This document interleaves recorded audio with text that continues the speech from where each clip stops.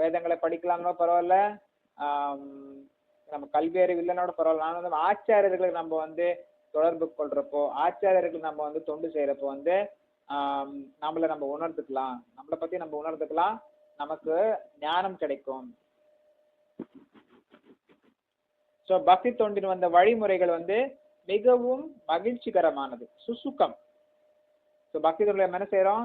ஹரே கிருஷ்ணா மந்திரத்தை ஜபம் செய்யறோம், கீர்த்தனை பண்றோம், டான்ஸ் ஆடுறோம், ஆரத்தி பண்றோம், கிருஷ்ண பிரசாதத்தை ஏற்றுக்கொள்கிறோம், உபன்யாசம் கொடுக்குறோம். எல்லாமே வந்து இன்பத்தை கொடுக்கக்கூடிய செயல்கள்.